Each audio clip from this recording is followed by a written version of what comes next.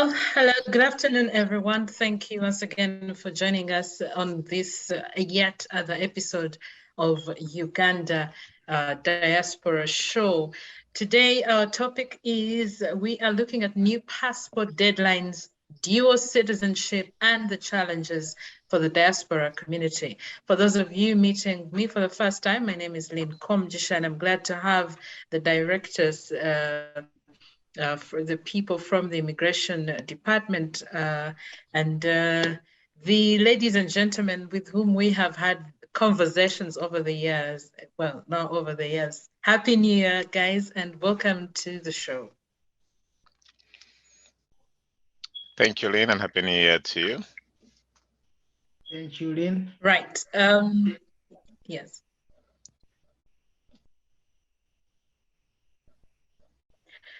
Okay. I think we are all here because I'm expecting the Brigadier Johnson Namanya, and I think he's already in here, the Commissioner of Citizenship and Passport Control, Ministry of Internal Affairs.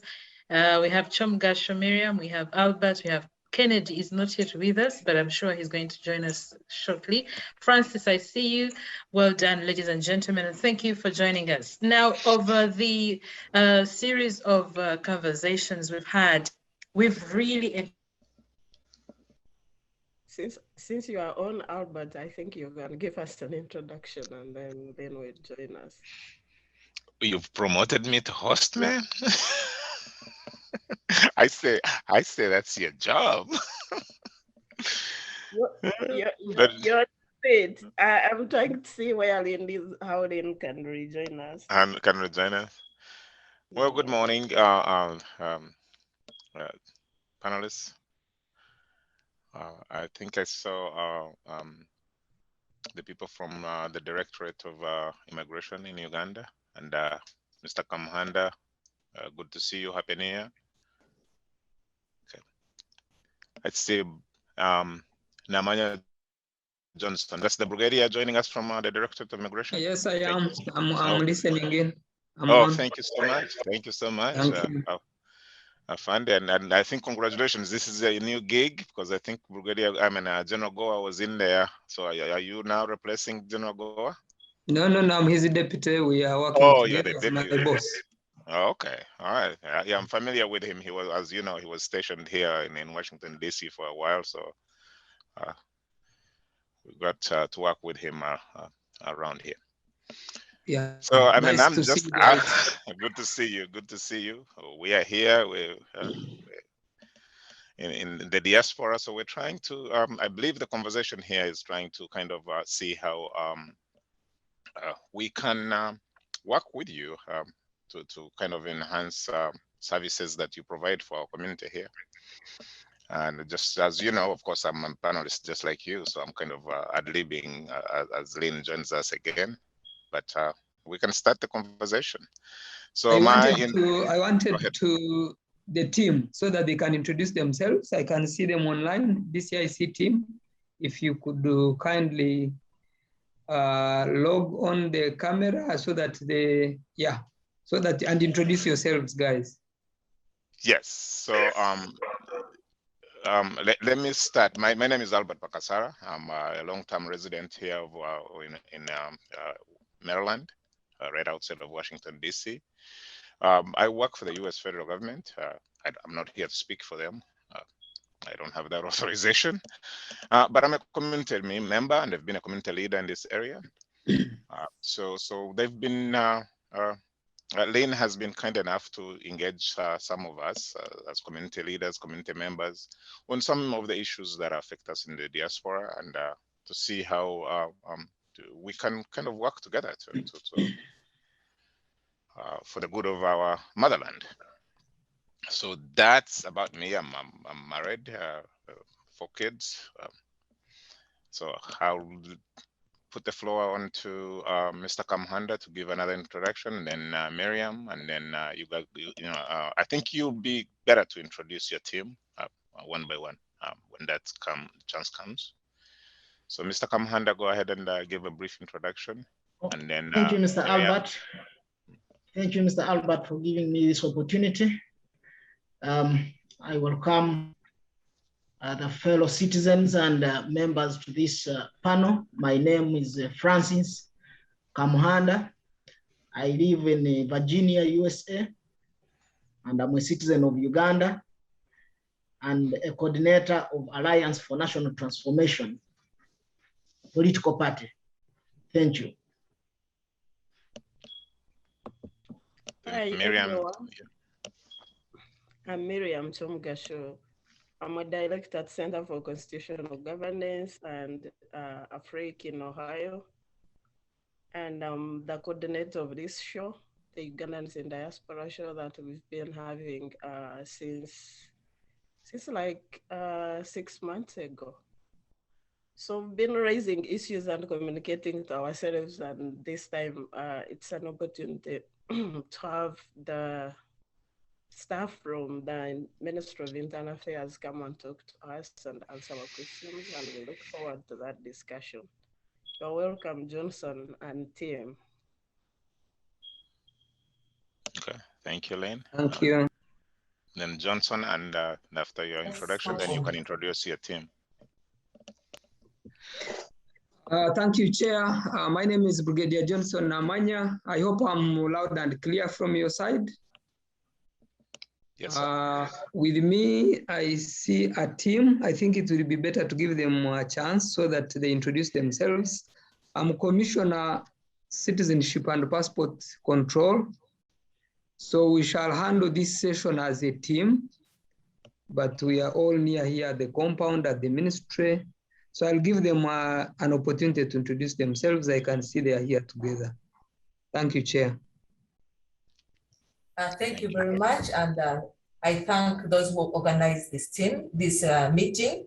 I know we are going to gain a lot. My name is Julia Itiso. I'm a senior immigration officer. Thank you, Chair. I'm here part of the team from the CIC Passport Control. My name is Albert Mucha. I'm a senior immigration officer and in charge diaspora desk in the Passport Control Office. Yes, thank you, Chair. My name is Longoba David. I'm immigration officer, ICT, here in Passport Control. Thank you, Chair. My name is Onyai Stephen. I'm an immigration assistant, diaspora visa. So I think that's the team, Chair, and that's all who we are. I hope the team will be able to answer all your questions. Thank you so much, General, and thank you, team, for coming on. And as Miriam said, this is the first time well, not the first time. I think we've had a couple of other government officials on here, but this is the first time we've had a substantial team from your office. And really, I mean, we can dive right into the conversation. The conversation is the services and us as a constituency, the diaspora Ugandans as a constituency, and how those services reach us and how we can improve those services to better each other's lives and our community and our motherland. My namesake said, Albert, you said you are the head on the diaspora desk, and that's one of the contentious conversations we've had on this show with Elaine a couple of times, and I think the consensus has been that the diaspora desks, and there's one in your office, there's one in the president's office, there's one in foreign affairs, that they really have not done a good job in coordinating the efforts of or the services that are offered to the diaspora community. So the first question to you is, and I know you're not policymakers, just like I said earlier, I'm also a civil servant, just like you. We know we don't make the policies, we're mostly implementers. But in your implementation or in trying to implement the laws that have changed, especially those that are recent, what have been the efforts of your office to reach out to community leaders in the diaspora, whether it's here in the US or in UK or in the Middle East, to make sure that the community you're trying to serve is kind of involved in those conversations, and the services you're offering actually are those that are compatible with the needs that they have.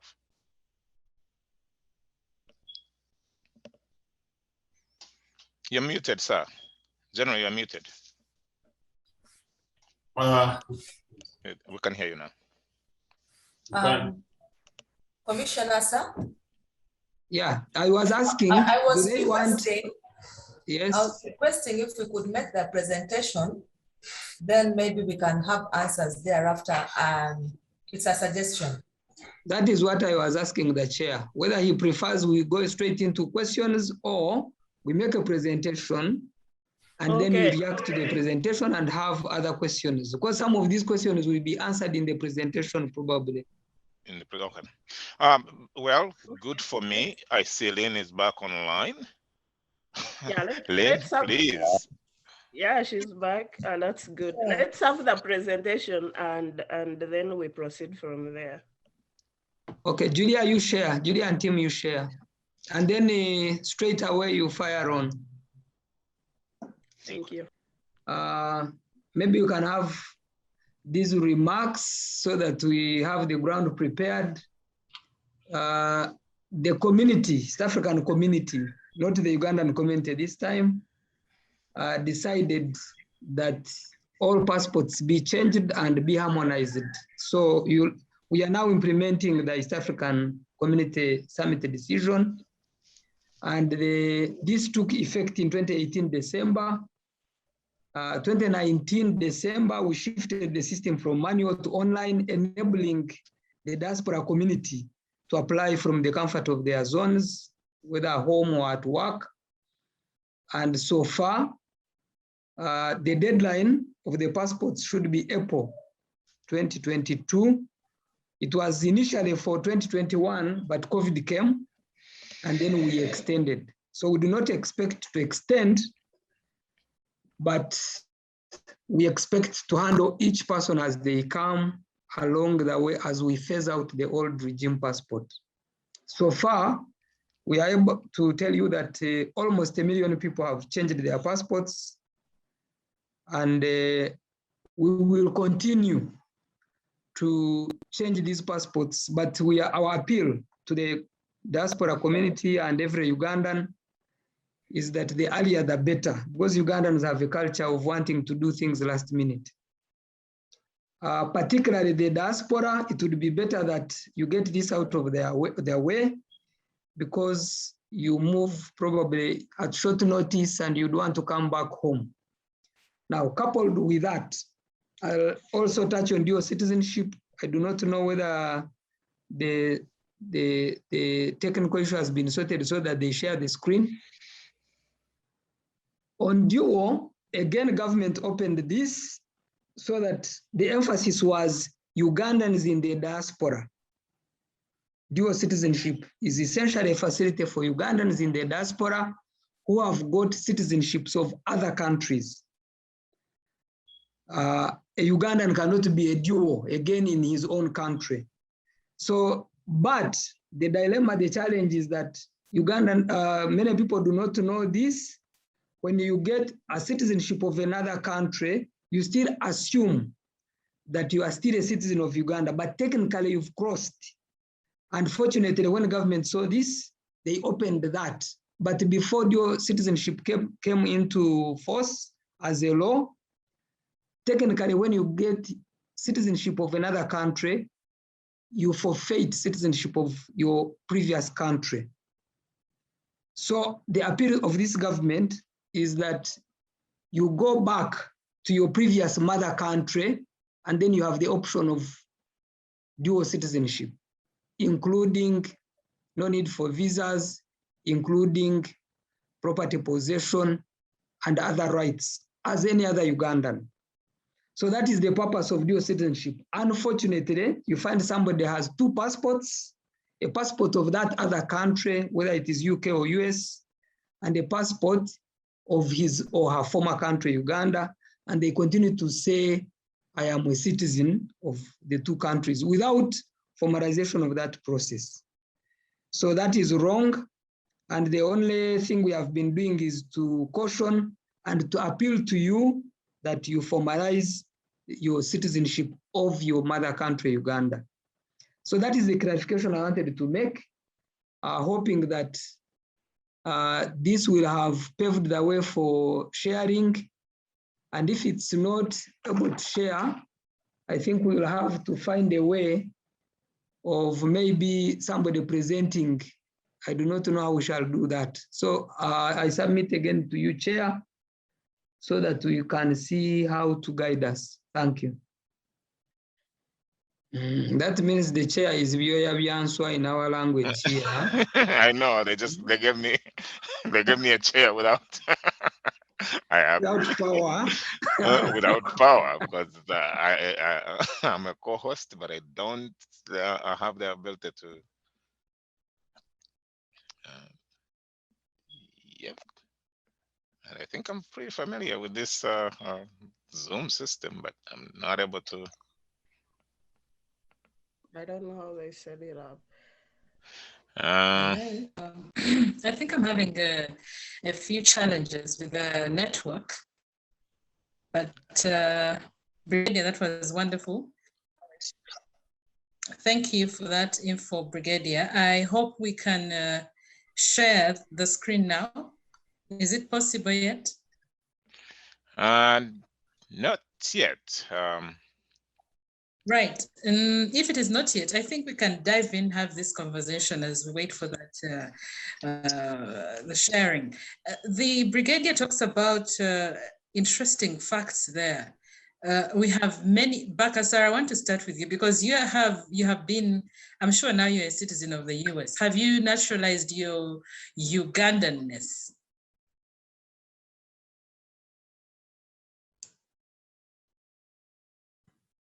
Hello? Is anyone there? Yes, I can hear you. What I'm saying is, he talks about DOC, and if you cannot have two, you cannot be a citizen of 2 or 3 different countries without making it formal in your own country. What are the processes? It cost for anyone to be part of this, for anyone to register for dual citizenship, but must I register? I am Ugandan after all.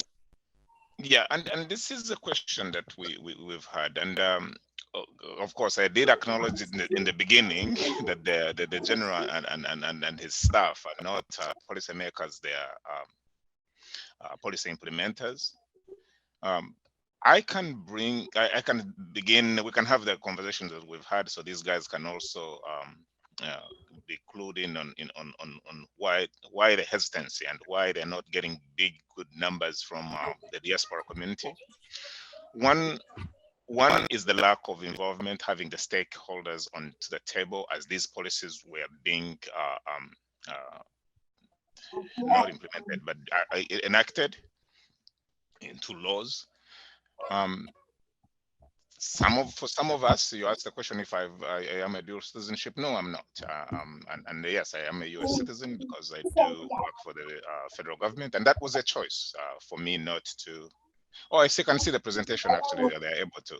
So I'll cut my remarks short and let them present. But to end, what I was saying is it's the decision to have Ugandans that have taken on other citizenship. It is one that is still cumbersome for a lot of Ugandans, and it's also a matter of principle for others. So these are some of the things that were not put into consideration when the policymakers were enacting these policies, and now the policy implementers are implementing these policies.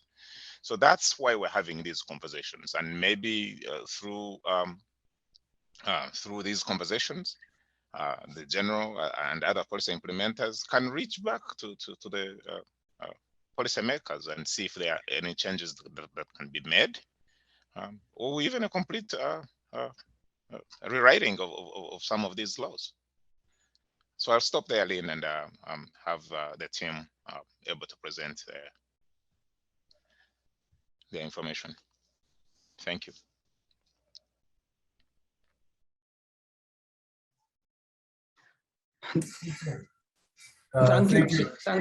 Thank you, Chair. So I think, Tim, you can go straight ahead. Thank you, Commissioner. Thank you, Chair. My name is Longova David, Immigration Officer, ICT, here in Passport Office. I'm going to present on two issues. I'm going to have one on how to apply for the passport, the issues which usually are raised, and as to why sometimes the diaspora applications are delayed. Then also we touch on a bit of dual citizenship, and also some of the questions you've actually been raised, some of the common questions we face when the diaspora citizens usually reach out to us. So allow me to dive right into it. Our mandate as the CIC is to ensure and maintain internal security, peace, and stability. That's for internal affairs, to be a model of excellence in immigration service delivery. And we literally strive to ensure that we do our best to the citizens. Now, as the CIC, we deal in border management, processing and issuing of visas, passes, and resident permits, processing and issuing national travel documents, passports being one of them. You have emergency travel documents, you have CTDs, so which is part of what citizens usually want, travel documents, inspection and prosecution and removal of illegal immigrants, verification, processing, granting, and cancellation, and revocation of Ugandan citizenship. Above here, we have our leadership. Sorry, I had skipped on the previous slide. This is our Director, General Apollo Kasita Goa, and is deputized by 3 able commissioners. We have Brigadier Johnson Namanya, Colonel Kambere, and Dr. Ikwang. Brigadier Johnson Namanya is the Commissioner of Citizenship, Colonel Kambere is Commissioner of Immigration, and Dr. Ikwang is Commissioner for Legal Services. Now, we're going to the e-passport. Before you are the 3 passports which we issue. We issue ordinary, service, and diplomatic. Ordinary passport costs 250. Service passport costs 400,000. Diplomatic passport costs 500,000. Then one is required to pay an extra fee for express processing, which is 150,000 if you want express. Currently, for the diaspora applications, we do not encourage express because we will take us on our mandate of have you delivered within the required days. So we do not encourage you to select express. But however, if you have lost or damaged your passport, you will still be required to pay the fine. And it is mandatory for every diaspora application to pay for the courier, because this is what caters for the passport to be taken from here all the way up to the embassy where you applied from. Now, our enrollment centers. Currently, we have 4 operational enrollment centers in the country, which is headquarters, Kampala, where we are. We have Mbarara, we have Gulu, we have Mbale. Now, we are soon opening up Jinja and Arua. After that, we are soon rolling out to our 7 missions, which is London, Washington, Abu Dhabi, Ottawa, Copenhagen, Pretoria, and Beijing. Now, these centers were basically selected because of convenience, and we also consulted the Ministry of Foreign Affairs on the population of where actually most citizens are and where they can actually be reached. Now, we go to the application itself. How does someone actually apply for the passport in the diaspora? One, you go to the online application portal, which is passports.go.ug. Completes, on completion, one proceeds and pays in the PRN generated on the application portal. Select the payment mode which you would like, either over the counter or online. You schedule for enrollment at these embassies, which I should note is not yet effected because we're yet to roll out at these embassies. So currently, I would advise you please do not schedule, and actually it's disabled on the website. Now, for those who do not have we're not saying where there is an embassy. Let's say if you're not in Washington, but you are either in Ottawa, or you are advised to contact your nearest embassy, and they'll give you guidance on where to go. Because in these 7 missions, actually, we have immigration attaches, so we'll give you proper guidance on how to apply. Do not go through middlemen, go straight to these centers and they will give you proper guidance. Now, our courier service provider will pick up the application. Like currently, given that we do not have, we are not doing personalization at these missions, the courier service will come, pick up the application, bring it to our headquarters where the diaspora desk will handle it and they will ship it back to you. Now, this is a sample of the web application which we have. Okay, when I said back to you, I mean back to the embassy where you applied, not to your doorstep, sorry. Now, the e-passport website is here. Once you visit this, there are 4 tabs. There is start new application, resume saved application, and then is application status. You should note application status is not yet effective. Then schedule appointment is not also active for diaspora applications. But however, when you're applying, whether you are renewing or not, you still start new application. Then once you abandon an application halfway, you can go to resume saved application. Then there's an important note here which I put up, which says, please take note that your email address will be used for you to resume an incomplete application. If you provide any wrong email, you'll not be able to resume that application and you'll have to start afresh. So please take note that you have to provide the correct details, that's a security question, and the answer. Now, once you complete that form, there's a part where you're supposed to go through the whatever you've provided, the passport type, your details of your parents. Once you do that, you save and continue, and you proceed to payment. Now, of late, we've been having these issues of how do I pay for a passport? I have applied, but however, I'm having a problem here and there. So the options here we have is over the counter, you have MasterCard, then you have, now you have over the counter, then you also have online. Now online you can select MasterCard or Visa. I should also tell you that we've been having a bit of problems with MasterCard. So if it fails the first time, just keep on trying, eventually it will go through.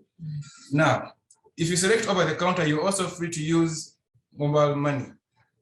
That is, if you have the relative rules here, you can actually use mobile money, and these are the steps. If you have a phone, you can actually go through this for MTN and for Airtel. These are for MTN, dial *185#, go to payment, fees and taxes, enter the PRN, and you click on pay. Airtel money, *185, pay bill, URA, pay registered, enter the PRN, and you pay. So it is really convenient at the convenience of the applicant, who is in this case someone in the diaspora who seeks to pay for a service. Now, the online payment is here, and you just click on each PRN one by one. Please take note, if one of the PRNs is not paid against, your application will not be processed. Because we've had some people who come in and they apply and they select Express, then halfway they say, okay, I don't want Express anymore.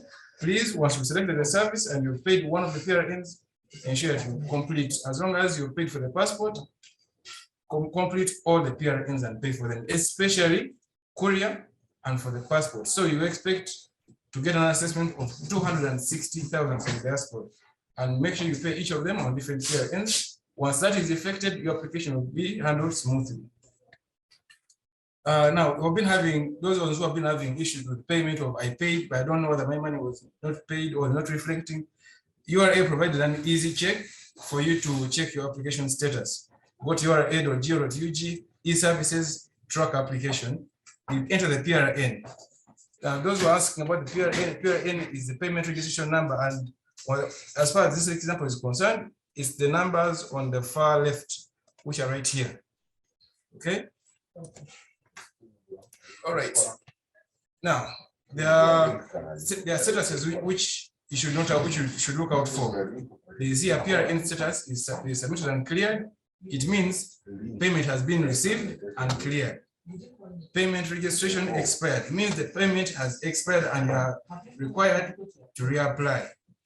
payment registration accepted means the payment has not yet been received by URS, which means you might have to either contact your bank, which is if you've used that is if you've used your card. If you use the card and you find this status of payment registration accepted, you might have to contact your bank and ensure that your status changes to submitted and cleared. There you'll be in the clear know that my payment has truly been effected and by URA, and my application is going to go through. Now the next slide shows us where you actually go and how it actually looks like. So you click on what I've circled. This is track application status. Enter the PRN and click on track. Then you see something like this on your application. Okay, you see something like this on this application right here, where you will see payment registration accepted. And like you have seen here on with a blue line highlighted here, there is no realization date because this payment has not yet been received by URA. Now we go to the procedures of when we open up these enrollment centers. When we come to you, when we come to London, we come to Washington, what is going to be the procedures? Now, all applicants should be advised to appear. That is for the 7 missions, those ones who are nearby. If you're near London, Washington, Abu Dhabi, Ottawa, if you can make it, please make it and have your fingerprints taken. We take your photos and it will be a smooth procedure. So applicants will be required to present national IDs. That is in future. Currently, the diaspora applications are exempted from this, but once NERA sets up these diaspora offices, you'll be required to present your national ID. So do not say, well, me, I don't have an ID right now, because for now we understand, yes, we have a few shortcomings here and there. So we understand your plight and we are flexible in that aspect. Now you should know that not having a national ID is creating a big loophole, like in terms of integrity of our passports from non-citizens. So we advise you, if you're a citizen and you're out there in the diaspora, please register for your national ID and help us also protect the integrity of our passports, because there is nothing which hurts citizens more than our passports being discovered in wrong hands. Because as citizens, we also keep on trusting government. Government, how can this happen? How can that happen? But by you acquiring your national IDs, and we know that every Uganda has a national ID, you also play a very good part. Now, why do some applications not come out, or why do they delay? This could be part of the reasons. Now, some people attach embassy letters which are not authentic. You know you've got the originals, but then you don't want to attach them for some reason here and there. Then once they get here, they're really not, they cannot really be satisfactory. Then you have no recommendation letters attached, because once you're applying, the requirements are clear. Everyone is supposed to provide a recommendation letter. Then poor quality photos. Sometimes in the diaspora, you have people who are taking either photos with colored backgrounds. Sometimes someone is looking on the side, so they are really not clear. But if you play your part and have a flawless application, it's actually to your advantage. Sometimes even some people have been veiled. Your forehead is not being seen, your ears are not seen. So sometimes you're wearing a hoodie, a jacket. So some of these things actually end up delaying your application, because for you just took a selfie, sent, it's printed, then you realize this is all back and forth, because the plan for this CSA is once you've sent your application, we handle it immediately and revert back. And I'll give a chance to my diaspora officer here later on to come and emphasize these points. Sometimes you present applications with no signature, and also the payments are not made. Like I told you earlier, you make a pay, you just choose, you say, okay, 250, I'm not paying the 10,000. So when it gets here and there's no payment, one of the payments is not made, we're going to bounce the application back, and it's going to really cause a delay on your side. Okay, what you need to know about dual citizenship. Now, why I bring in dual citizenship is like how my commissioner introduced this discussion. Sometimes for you to apply for a passport, once you know it, you have a citizenship of another country, for you to acquire the Ugandan passport, you really have to apply for dual citizenship. So this is what you need to know about it. An applicant must be above 18. The other country must permit dual citizenship, which this is US, or US actually allows. and applicants must only be a citizen of one country where the person is already a citizen of more than one country. There must be proof of renunciation of the third country. So you cannot be, you cannot have 3 citizenships. At least for Uganda, we do not accept that. One is of sound mind, that is a medical report. He or she has not served in voluntary service of armed forces or security forces of the country hostile to Uganda. This one you understand that if someone is, let's say one of those countries which is at war with Uganda, you know, it's really not be recommended actually. So the requirements, you go to visas.immigration.go.ug and select citizenship, and it will be a smooth process and just a few attachments here and there, and you'll be home and dry. So how do you apply for citizenship? Like I said, go to visas.immigration.go.ug, fill in your personal information, the parents, details from your foreign citizenship, download the forms AA, oath of allegiance, fill them, then notarize them. Well, notarizing means you take to a lawyer. I think well, my supervisors will explain more on that one. Attach all required supporting documents. Do not just select out the ones you want. If you don't have some of the documents, you're free to consult our dual citizenship offices or even consult our embassies. Like I said, they have immigration attaches there who are ready to provide a service to you. On submission, an application ID will be sent to your email, which you'll use to check your status. Like I said, now for the dual citizenship case, once you are tracking the status, it will tell you whether it has been approved or pending approval. And in case of a delay, like I said, reach out. Within 1 month, you'll receive a response from National Citizenship and Immigration Board. Once granted, manage your application, download the assessment, and pay fees of $200.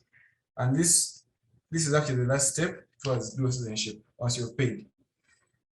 Now, first situation for former Ugandans without dual citizenship. If you don't want dual citizenship, how are you helped? So this is the procedures.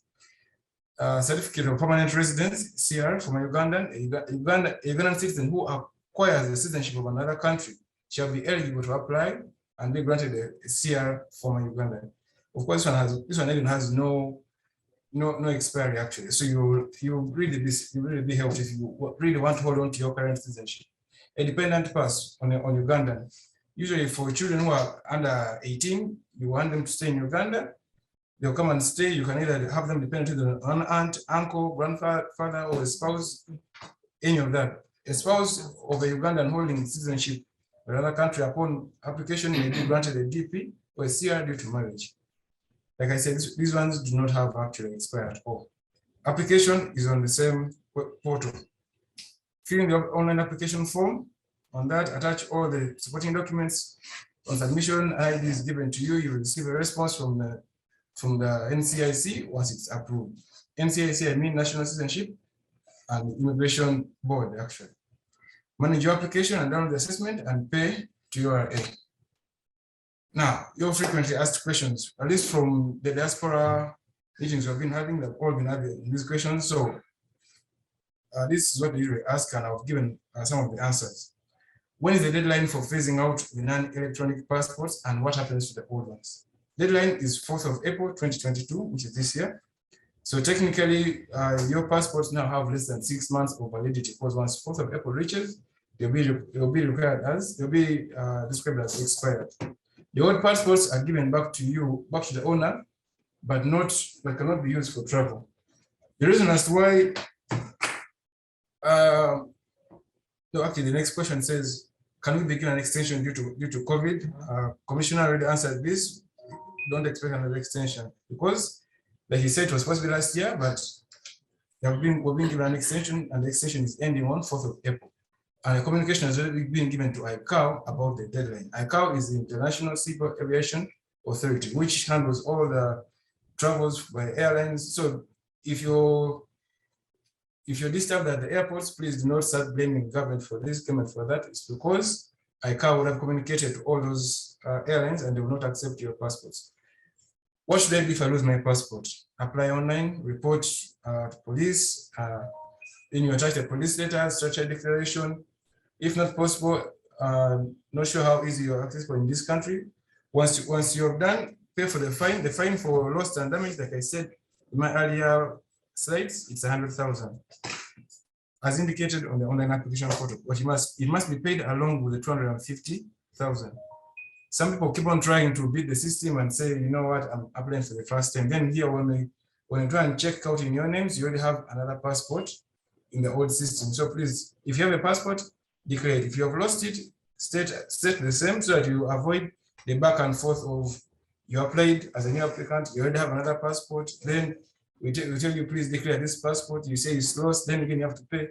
So please be honest. If you have a passport, say you have a passport. If you've lost it, say you've lost it, so we avoid the back and forth and hence delays on your application. Can I get my passport renewed? Yes, apply using the steps we've gone through. The entire process will take around 4 weeks.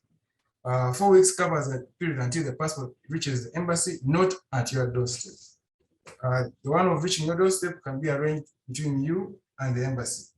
One is advised to check with the embassy exactly after 1 month after application. Then they will tell you and give you a feedback of how far your application is. Then there's a question of why can't Ugandan embassies, stock missions abroad issue passports to Ugandans in the diaspora?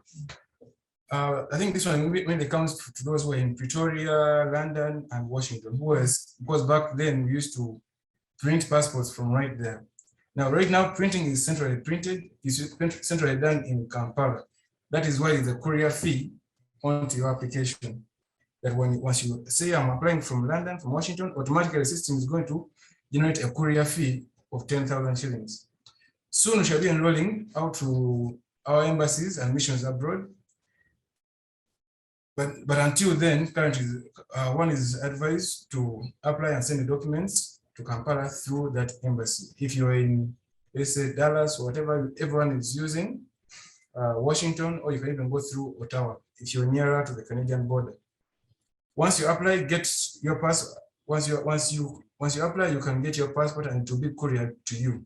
Citizens residing in countries without Ugandan embassies are required to contact the nearest embassy stroke mission listed above. Like I said, if you're near the Canadian embassy, you don't need to really go up to Washington. You can contact Ottawa.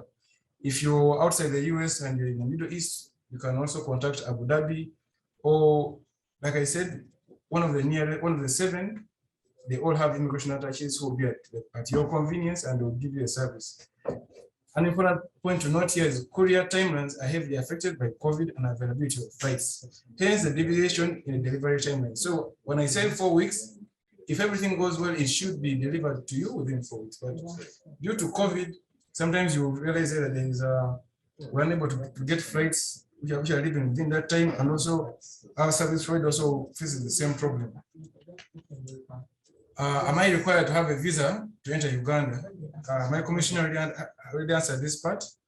You are required to have a visa when you enter Uganda, because technically you've already renounced your citizenship of Uganda and you only have a passport of, let's say, US and UK. So when you're coming in here, you'll be required to apply as a non-Ugandan. Until you get your citizenship, then there you can come in whenever you want. So many Ugandans got citizenship, short passports for other countries and are using those passports. So technically, they are citizens of those countries. This is why dual citizenship was introduced to cure this citizenship deprivation. That's the end of my presentation. Thank you all for listening in. If you have any questions, wait, before I go away, I would like to introduce my colleague who works on the Diaspora desk to come and make a few highlights, and you can take note from. Thank you, Chair. Thank you, Mr. Commissioner. Stephen Onyai, the front desk officer who enters these cases from the diaspora. Now, why these cases sometimes delay due to the challenges we face on these applications. When we receive the applications, we look at the key points, which are the payments, photos, the biodata page of the previous passport, and the signature. Now, what happens? Applicants in the diaspora have a tendency of making 2 applications. When they make 2 applications, they pay on one and leave out the other. So what do? They submit the application which is not paid. It is the one they forward to Kampala. Now, when that application reaches our desk, we cannot process that passport. Automatically, that passport will really take long to come out. Then, secondly, photos. Poor photos, poor quality photos. Lunguba did hint on that.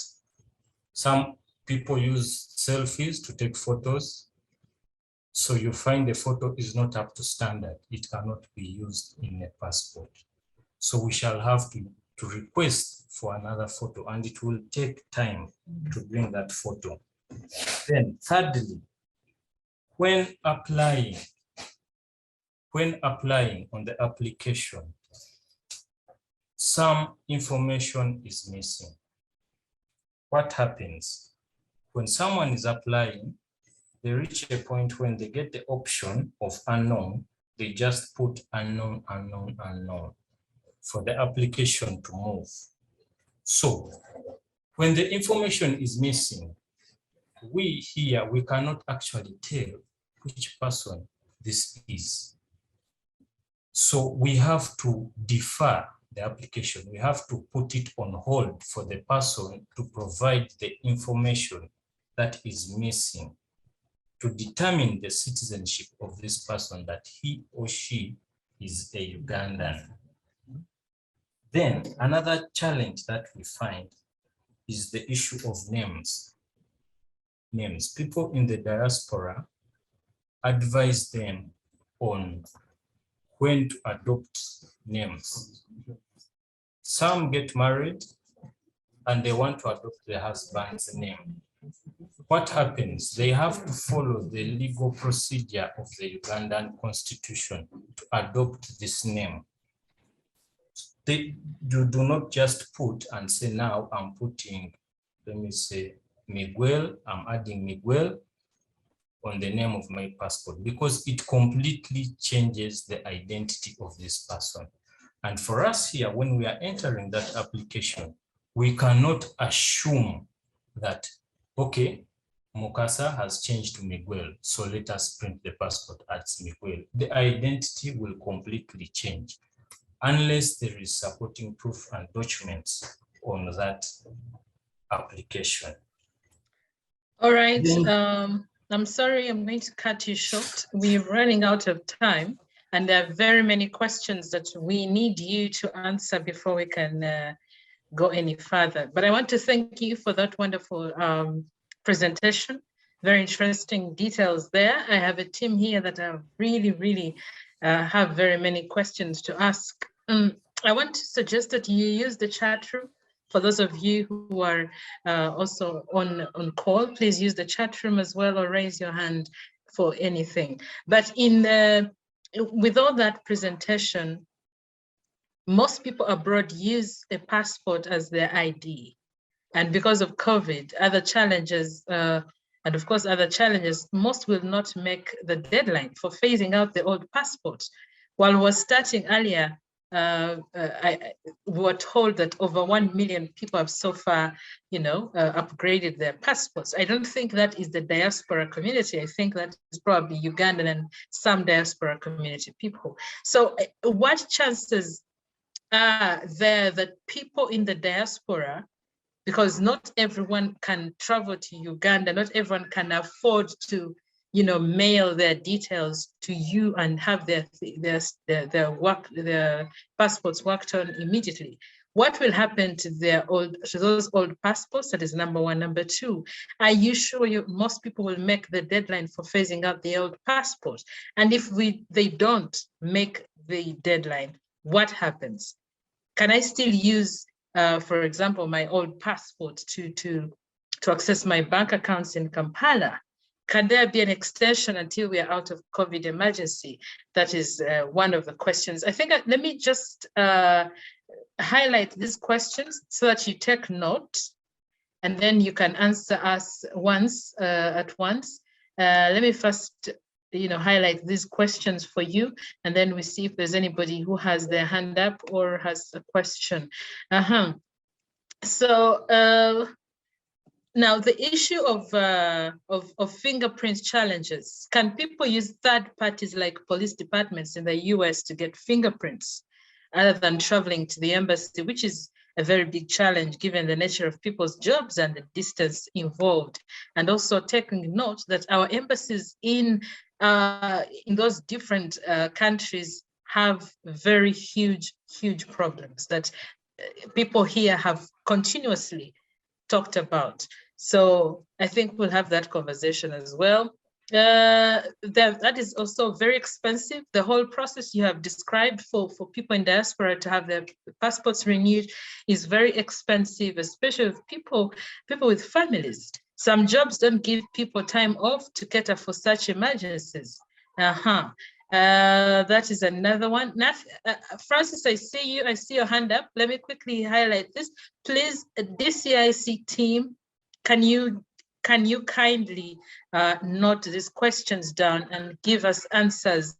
We have an issue of people visiting visas, the visiting visas for Ugandans in diaspora, especially those who acquired a different citizenship, and their children, second generation Ugandans also. I mean, you just have to come in as a visitor when you're actually, a whole challenge there.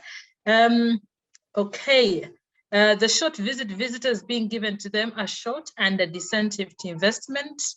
Okay, I think they're 3 months, and that is not fair. Now, given the conditions of living abroad, it's very imperative that people acquire the papers of the countries they live in, but that doesn't mean that they cease to be Ugandans, including having the desire to invest back home. Okay, so how do you run a meaningful investment with a 5 months visiting visa? So that is, one of the questions some people are going through. Can there be a special visa category for such people, second and third generation Ugandans, since the country benefits a lot from their remittances? Then the dual citizenship that you talked about, who are the people eligible to apply?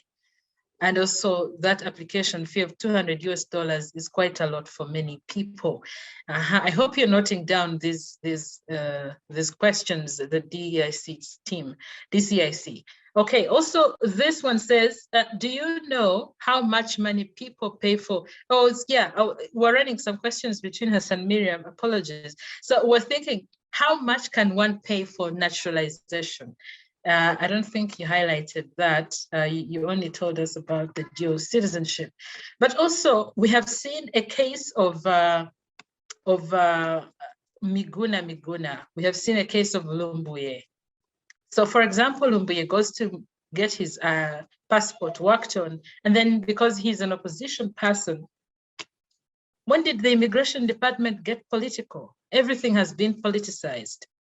That is one. Two, if I'm a dual citizen of, I'm formally, you actually mentioned formally. What makes someone a former Ugandan? Yeah.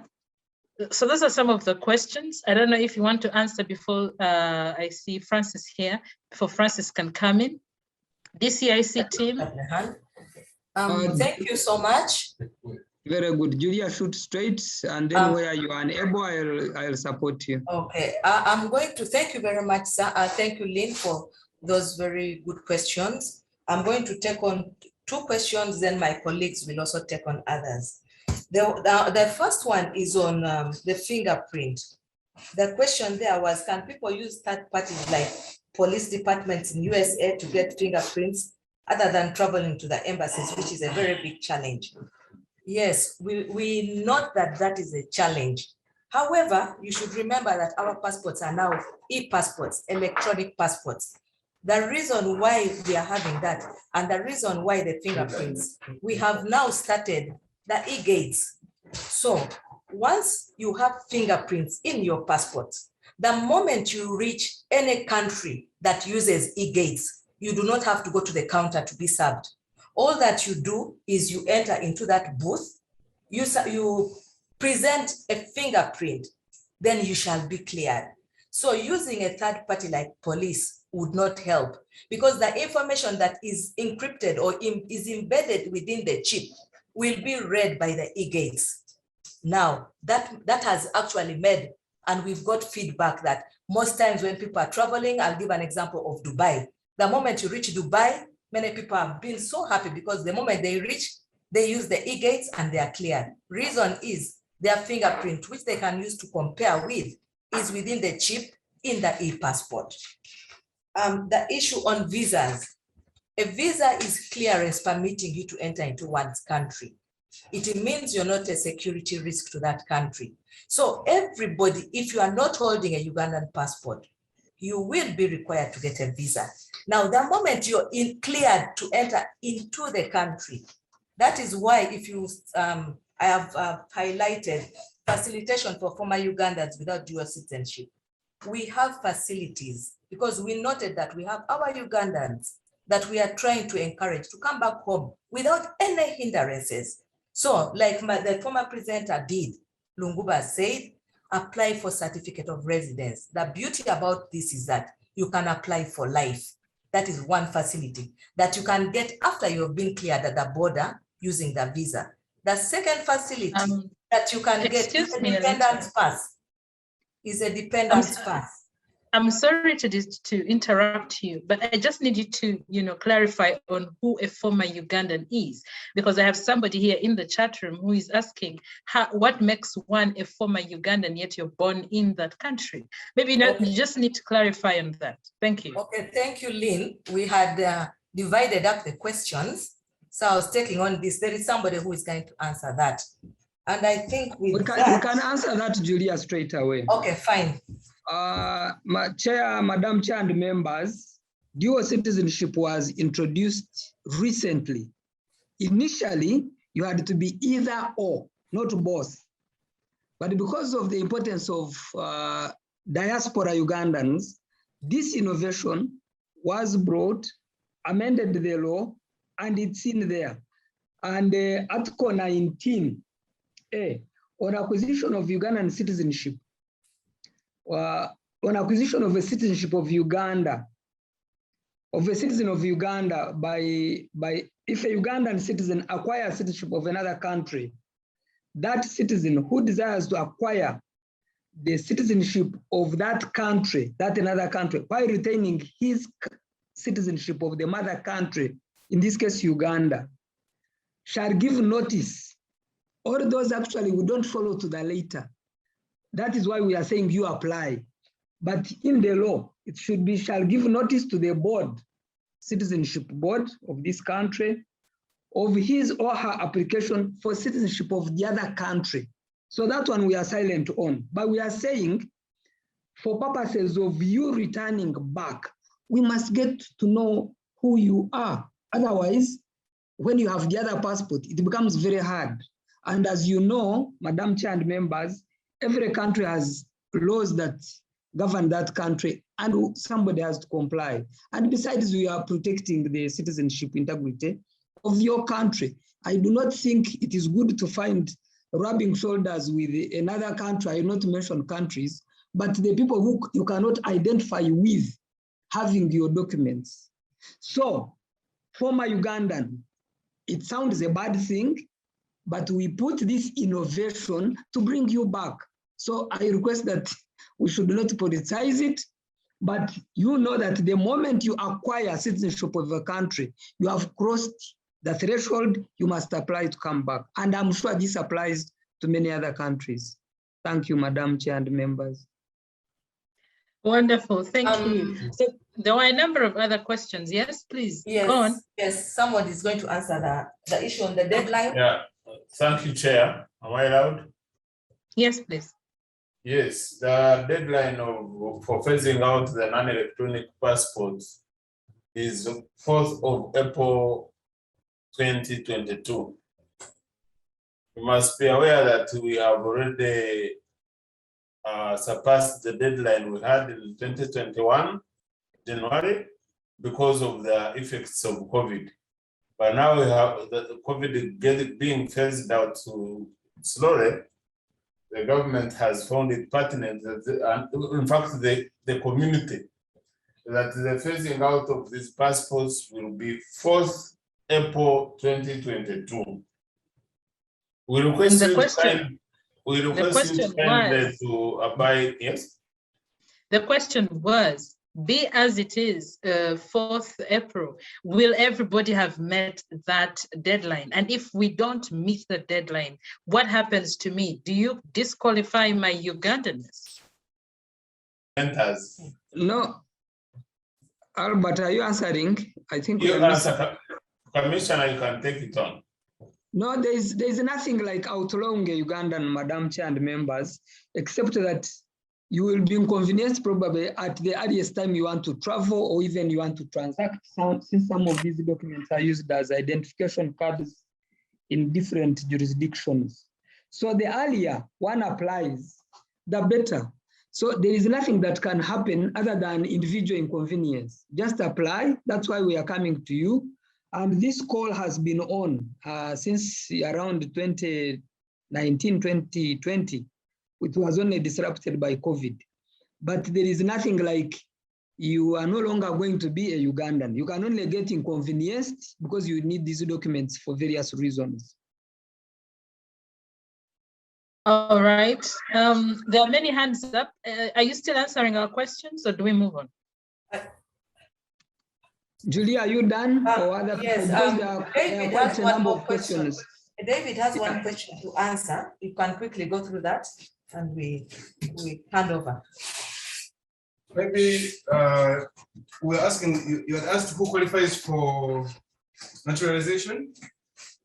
Maybe my boss here can just quote for you what the law says about naturalization. Yes, the law says the qualification for naturalization shall be a person has resided for an aggregated period of 20 years, has resided in Uganda throughout the period of that 20 years, immediately preceding to the date of application, has adequate knowledge of a prescribed vernacular language or of the English language, is of good character, and intends, if naturalized, to continue to reside permanently in Uganda.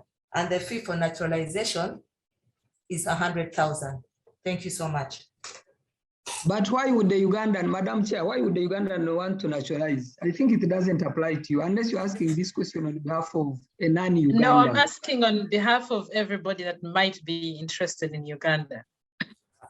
This is mostly for a foreigner, for example, a Kenyan, who has come, probably married to a Ugandan and has stayed consecutively for a period of 20 years. So this is the category that we are talking about, not for my Ugandans. These are communities that are within Uganda here, but who are not recognized probably under the law, and they must naturalize. But for the case of the people like diaspora people who are interested in Uganda, I think the best facility is registration, which is different from naturalization.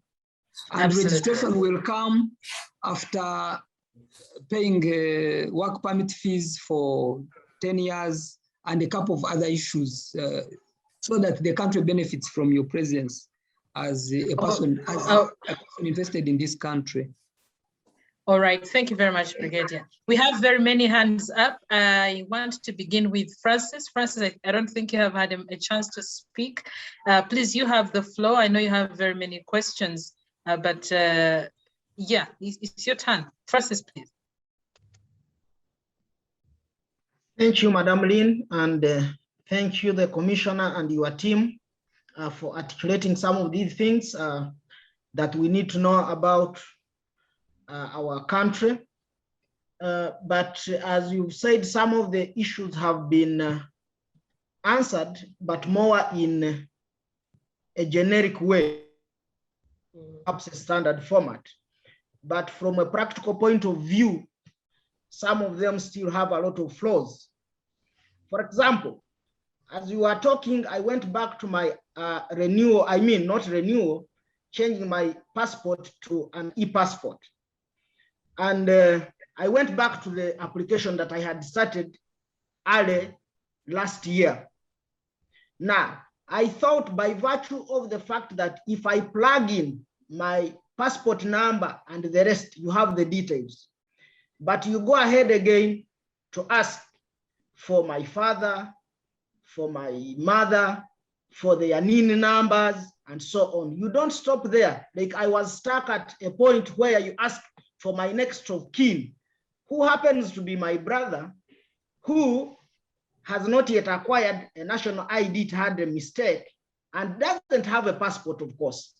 But these are requirements that I can't proceed without that. And then I was asking myself, a person who already has a passport, which you could plug in and it brings all my information if you want to verify me, why go through this hurdle? That is flaw number one in your system. Flaw number two, as the diaspora. You know, these things, Commissioner, we should talk from a practical sense of view, not from an ideal, let's say idealism, like standard. Uganda is about 93,000 square miles. Just know how much it has taken you to traverse the whole country to register citizens. For example, Michigan, the state of Michigan is 96 square miles, meaning bigger than Uganda, and America has 50-something states, or 50 states to be specific. Now, for us, you expect wherever a person is, as early as possible, should run to the American embassy, wherever it is, I mean to the embassy of Uganda, wherever it is, and get everything done. As simple as that. Then we ask ourselves, like recently when some of your team came here to try and help us, some of the people who want national IDs, you come and then they begin hooping in 1 day or 2 days from one state to another, even when using, of course, a lot of resources. Why don't you do devolution of power? To say, for example, why can't we say that diaspora, if it is USA, we are giving you this amount of time. And since there are Ugandans there, we are going to use them who are there, or we hire them. If you need, you call them, so that they help you in a process. Like one of the team members said, the fingerprints, you need them. A person has to appear physically. Yeah, so that if we know that, let's say Bakasara or whoever is the person who has been entrusted and the embassy is aware, then we know on such and such a date or every Saturday that person is available, and he tells us where we can find him, and he helps you to do that process. Then the other issue is one of your staff talked about the attaches. If you knew how those people are idle and useless, you'd not, I'm sorry to use that word, you'd not in them. They do nothing at most. Either you under-facilitate them to do their job, or they came here as tourists. They are just enjoying what America is and what it provides. So now, I would say that there should be constant supervision. Now going back to the IT person, if I go to your website right now, it's where I was. The last time it was updated, let's say the news and events that are taking place, it was on September 21st, I think so, when you arrested this guy from Nigeria. So if this is an irov.com, some of the information for us, we go to your website and we keep doing that. And the other thing is he accepted that some of the other parts you have not yet reached there. Even if a person goes there, some of these things are inactive.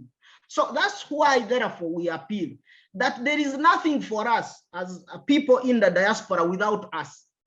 I'm glad today you have had an opportunity to come and listen to us. If you keep doing this, you will get first-hand information and your work will be easier, and these processes will be easier than when you people sit over there back home and they begin assuming. And then we end up risking either people to say, let's give up on Uganda. But it is also risky if people just give up on Uganda. It is as if they have been locked out of Uganda. And like people still, you have heard us insisting whether a person has the citizenship of another country, we are saying we are still Ugandans. If you can remember, and whenever some of the citizens are locked out, and I know it is not the intention of Uganda, but we are saying, let the process be clear and clearer. Let the process be flexible as much as it can be.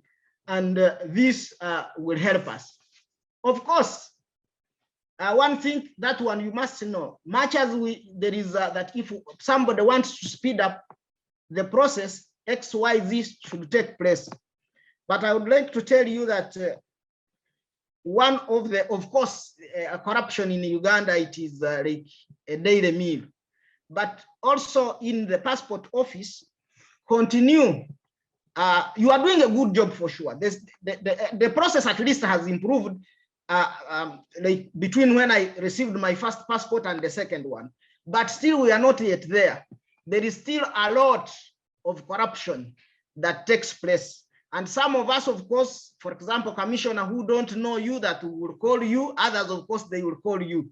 You remember how there is a word back home in Uganda, the saying of Gamba no. And then for you, everything will work out very fast, which sometimes not every Ugandan is privileged to have the opportunity of Gamba no, or to have the opportunity of paying an extra money in terms of bribe to have such a processes expedited. Thank you very much for now. Right. Thank you very much, Francis. I want us to first get all these questions in the interest of time so that we can, answer them at once. Yes, Albert and Miriam.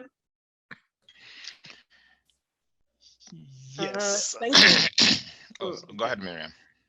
I'm sorry, Miriam. Albert, ladies first. Yeah. Right. Thank you, Lynn. My question still goes on the expired passports or the passports which are about to expire. Commissioner, the passports, so far, most of the transactions being done by Ugandans in diaspora are done through passport. You need a passport to access your bank account. You need a passport to remit money back home.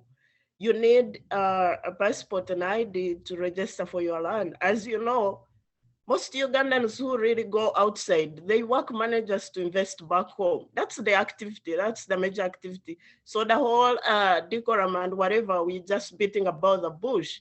We are just working to invest back home and go back home whenever possible. So every other process that is done by Ugandan government should be to facilitate that process, because we all know the Ugandan government also depends so much on the remittances. So if you don't facilitate the diaspora people to invest back home, what is the purpose of those offices or those documents we are holding? If my passport expired today or on April and I've not yet renewed my passport, can I access my bank account in Kampala? Because they need my passport immediately. If I put it there, are they going to say your passport is invalid because it doesn't have a microchip? So those things we need clarified, and they should be clarified officially. For instance, it's not about talking to us, but can you communicate to the offices in Kampala to know that those passports can expire, say, for travel? Because I mean, it's an international process and you have communicated it. But what about other activities those passports help us to transact? Can I still use my passport as an ID? Because it's supposed to expire in the next 5 years legally. The only change is that they are transferring the system from the old system to the e-passport. So we kindly request, I don't think it's not only the few of us who are meeting that challenge, but if you can really revisit this issue and make the old passports valid until every other person transits to the next new passport in a convenient way. And the process has been hindered by COVID. It could be easier to travel within Uganda, but in other countries, it's not easy to travel during the COVID lockdown. So the only time the countries have been open is like a few months ago or a few days ago. So within these 4 months, we are given a challenge. How do you travel to Washington or to Ottawa or to Abu Dhabi to have your passport renewed? Remember, we have jobs. If you don't have a free weekend, a free 5-day holiday from your job, if you go out of your job, you are fired. So all those are challenges and they should be looked at. like Francis said, let's not be idealistic. Let's be practical about these things. Can you sit down and discuss with people in diaspora and see how they are going to be affected by the laws you are implementing? We are talking these things, and I'm sure we are communicating for, say, Ugandans in South Africa, Ugandans in China. They are all over the country, and you can see your outposts, the embassies, which are authorized even to do fingerprints, are like 9 out of the whole continent. So how are other people going to be affected? Those who can't even access an embassy which can even process a fingerprint. That's all. Let me give an opportunity to Albert to ask that question. All right. Thank you, Miriam. Yes, Albert. Thank you so much, Lynn, and thank you, panelists, and thank you for the good presentation. Obviously, I mean, I was the first to admit that the general and the staff are here as implementers, but not as policymakers. But these are the leaders of tomorrow. Tomorrow, the general might be a minister or a member of parliament, and your colleagues might be in those positions. The only thing I would like to start off with is for you as implementers, maybe to not look at us as outsiders, because I've heard from presentations from your staff that's talking about, oh, you guys in the diaspora, you people. We're not you people. We are your brothers and sisters. Yes, we took on citizenship of other countries for one reason or another, whether it was marriage or whether it was seeking for a job. Mine, I confess here, was purely to look for a job. In 2011, when the US economy was tanking, the only stable jobs around here were government jobs. I had the expertise the government wanted. I got the job. And I'm in there. And I'm not going to change that until I've reached a certain level or until I've decided I'm going to retire. I'm not going to do that because there are some jobs that you lock off when you have your citizenship. I have never renounced my Ugandan citizenship. And to correct the general, each country or countries out there deal with their citizens differently. For example, the United States of America does not require Americans who are born Americans to take the oath of office that you guys use as a flag to say, oh, we gave up our citizenship. My son, who is born here in the US, can come to Uganda, live in Uganda until he's 70. And when he's ready to come to the United States, he gets up, picks up a passport if he has one. If he does not, goes to the embassy and gets a passport and comes here.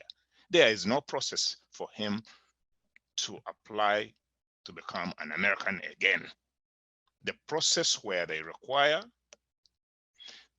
for naturalized immigrants to renounce citizenships of other countries is only for non-native Americans.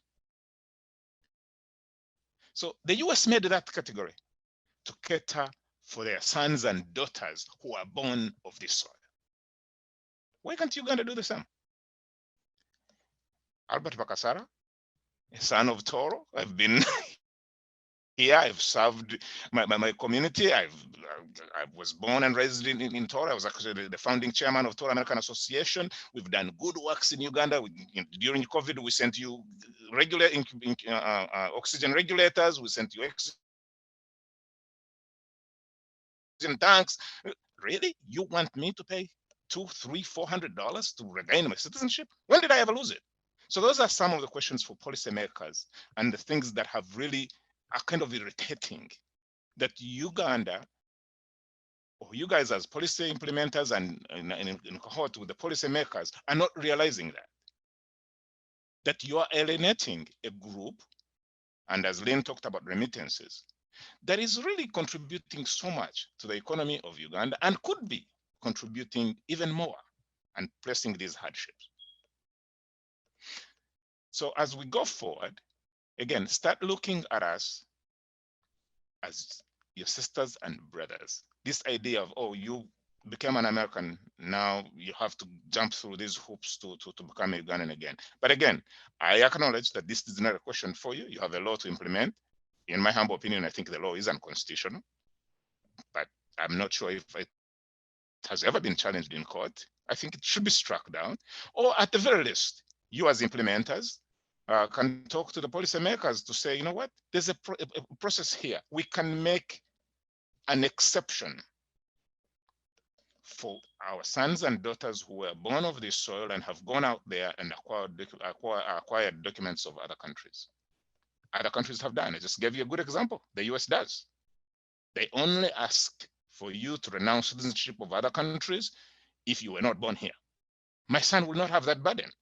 Uganda can do the same thing in recognition of the remittances and all the other good things that we're doing in the country. Again, we don't give up Ugandan passports lightly. At least I did not. I held on, even though when I was eligible to become an American citizenship for years, I held on to my Ugandan identity. I did not want to, because I felt a kind of a way in that I was betraying my country. But situations forced me to. I wanted a better, stable employment. I did that, and I'm still doing that. I'm still doing that. Why wouldn't Uganda be interested in me becoming the US ambassador to Uganda? But I can't do that with dual citizenship. So you've literally pressed a burden onto my progression, which could actually be something that helps Uganda. Why wouldn't you want that? So that's one. And then the question that I had for the general, you had a list, I think somebody was presenting and said there are hostile countries to Uganda. Does your office keep a list, at least on the website, that says these, as of December 15th, these are the countries that Uganda are hostile to Uganda, so you cannot apply from these countries? How do we know, how does an applicant know that now you are hostile to this country and how you're not? Because I remember when I was little, we used to have passports that said you can travel to everywhere except South Africa, North Korea, or something like that. So do you guys have that thing that says these are the countries that are hostile to Uganda, that the list that keeps being updated? On the fees that you charge, and I think this is actually a question or a proposal for you, the implementers. Is there a reason why you charge different fees for different categories of people? For example, I think somebody mentioned that for somebody who is Kenyan to attain Uganda's citizenship by naturalization, they will pay 100,000 shillings. That's about $30. But me, Albert Bakasara, born in Fort Portal, you want me to pay 200 to regain my natural birthright. But the Congolese, the Kenyan, and South Sudanese, you charge them $30. So is there a reason why there's that discrepancy of why charge some more and others less? And by the way, looks like these things are done arbitrarily, because until maybe 6 or 7 months ago, that 200 was 400. So people who applied for dual citizenship a year ago paid $400. General, $400 for a family of 6 Ugandans living in California. $400 times 6 is what, 2,400? Then add on a plane ticket from California to come do the fingerprinting at the embassy in DC. A plane ticket from here to Los Angeles, 2,700 miles away, is about $600. That average it to 500. That's another $3,000. And if they don't have a family anywhere in DC, it's hard to come and travel and drop in and drop out, because it's a 6-hour flight from here to Los Angeles. Add on a hotel reservation. You are literally talking about a process for the family to process that, and maybe there will be a plane tickets to come and pick the passports when they come from Kampala or do citizenship certificates. You're really talking about $10,000. $10,000 for a Ugandan. But I might have to cut you short. Yep. And go ahead, man. The general can start with those. Sure. He's actually a brigadier, so not a general. Brigadier is a general. Brigadier, please. Don't knock the man. The brigadier is a general. Thank you, members. Chair, am I allowed to answer these questions? Please go on, sir. I could begin with the last one. Depends on where you stand on the divide. The last time it was $400 US. Fortunately, I was already here. Government had your cries. They reduced it by half, and you are complaining. I can tell you that that is the reason it was reduced, because of your input. And this one we did deliberate. So we cry more? Well, if you cry more, because these things we just don't wake up and change. You go to cabinet and change. You have to write a cabinet paper. And that's what we did. I thought you'd applaud and say, so far, good, but not good enough. But you're saying, why am I paying 200? So there's a difference between a Congolese or a Rwandan or somebody in Busia who is going to pay 100,000 Uganda shillings, and the Bakasaba who is paying 200, because this is a facility for border communities who neither belong here nor there, but you find them on your soil. They have no clear explanation of birth by the birthright of citizenship by birth. So we opt to naturalize them, and they pay a paltry 100,000 because they are not able to generate $200 US. On this one, if you keep engaging the rightful offices, probably it will be amended, to be changed maybe. But I can tell you that it was reduced from 400 to 200 precisely to cure what you are talking about, Albert. A list of hostile countries. I'm beginning from the last.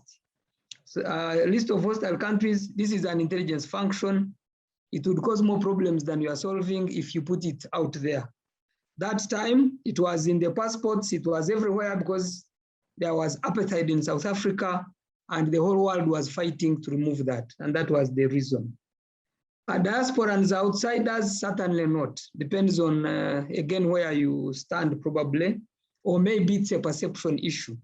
We commit time, including now. In fact, for this forum, I have to thank Miriam because she came in my inbox and said, can you talk to us? We have problems. And you can ask her. I did not even think about it. I said, yes, we need to. So that's not the group that you think low or that you do not consider. We know that a Ugandan is a Ugandan everywhere. And that's why we are committing a Saturday. This is supposed to be a weekend, but we are here talking to you. So I think nothing is perfect, but I think we are putting in our best, communicating to all government, including stakeholders, and so that these passports are allowed or even extended. Yes, we are doing our best to do that, but I do not think the window to extend will be there. After all, at home, here, even a passport is no longer allowed as an identification document because the emphasis is to be pegged on the national ID, so that the national ID is the primary database upon which all of us should be identified. And that is to increase the security, your security and our security as Ugandans, and also edge out all that had accessed these facilities in a wrong way. I entirely agree, therefore, with all of you that we need to up our game in terms of interaction with the diaspora and to make them do their business right and simpler in order to make their work easy. Because the more the remittance here, the better, and the more the country will thrive and prosper.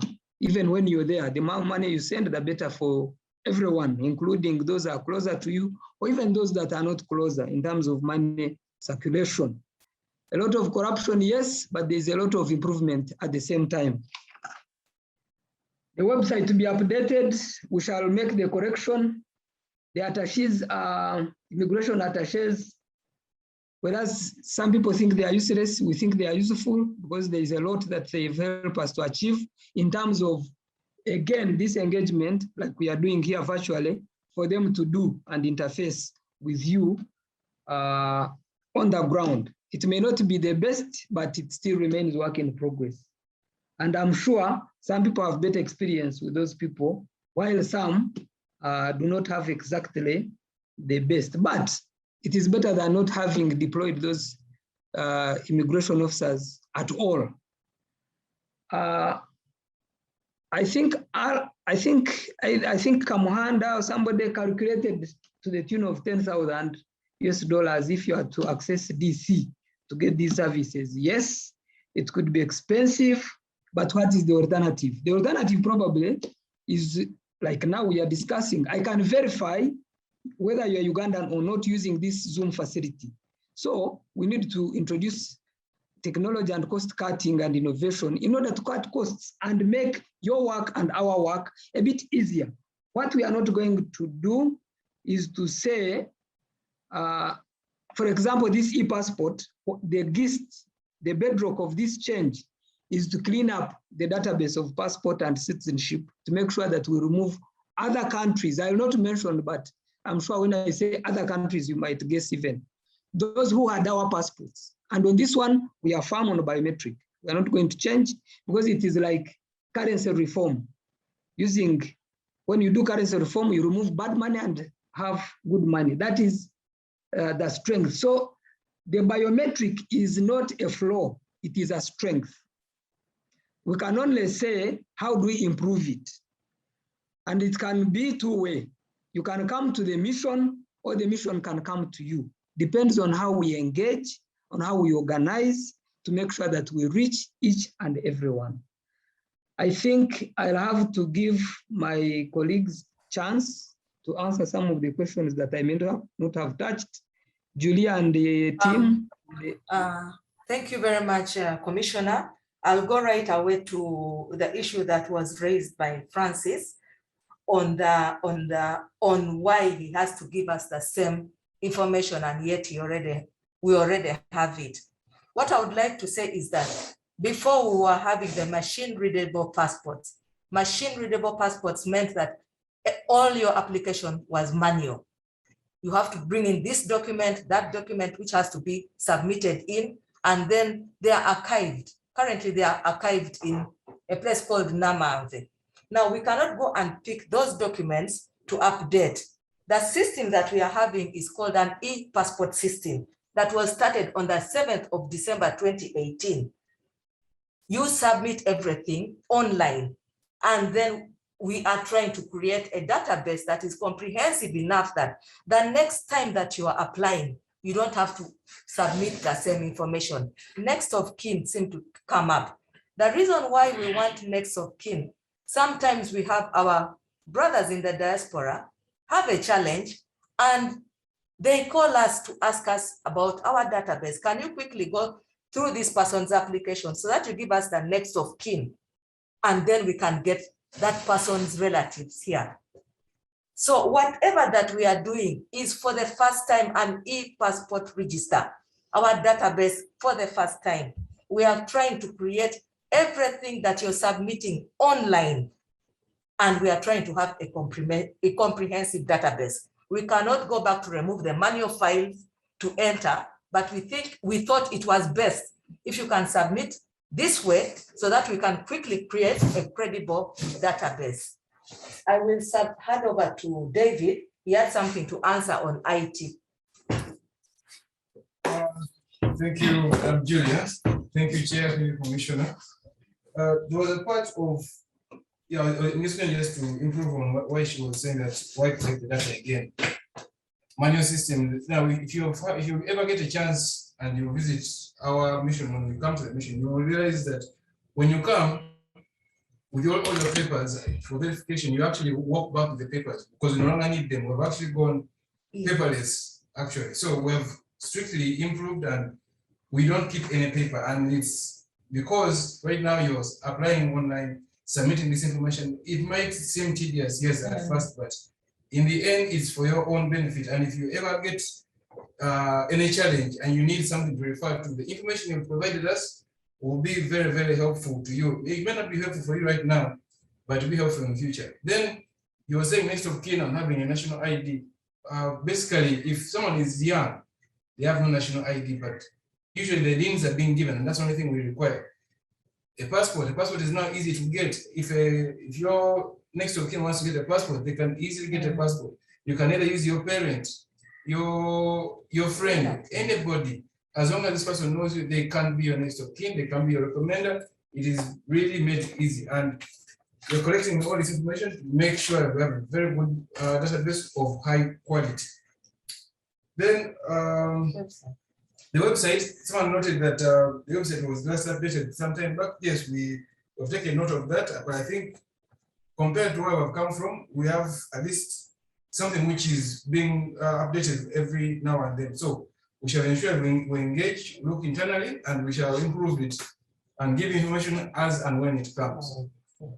And I had actually shared the screen earlier for those who are not yet acquainted with this with our website. This is the new immigration website.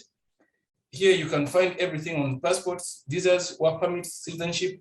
It's really our services, everything is here. And our brother was noting this part of 18th of November. So we have looked into it, and we shall ensure that information is provided to you as and when we get it. So thank you. Wonderful, wonderful. Thank you very much. Unless, Miriam, I still see your hand up. Is there still have another question? Chair, there is only one answer. Somebody raised the Meguna and Lumbuye and is immigration political. Immigration is not political. Immigration is a government arm like any other. And when we work with police and Interpol, if your name is on Interpol list, definitely we'll have to execute.